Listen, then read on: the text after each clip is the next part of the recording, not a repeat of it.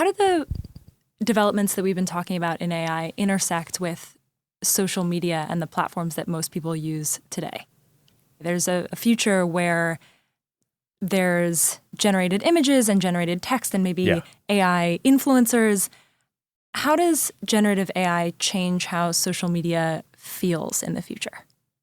Yeah, I mean, I think that's a really deep one. There's already been one big shift, which is that social media started out as people primarily interacting with their friends.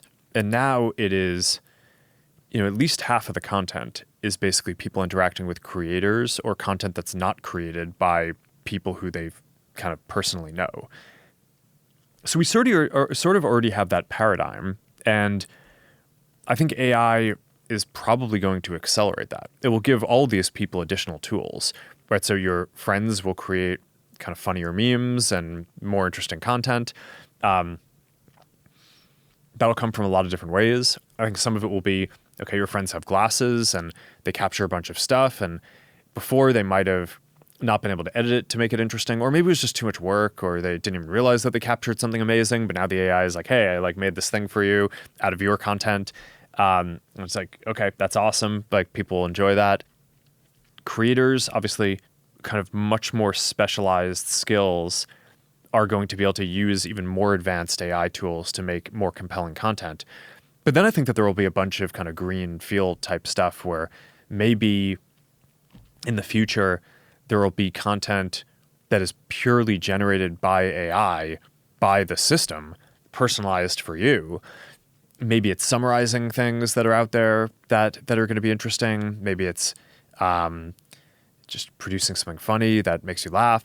This is going to be a very kind of deep zone that there's a lot to experiment with.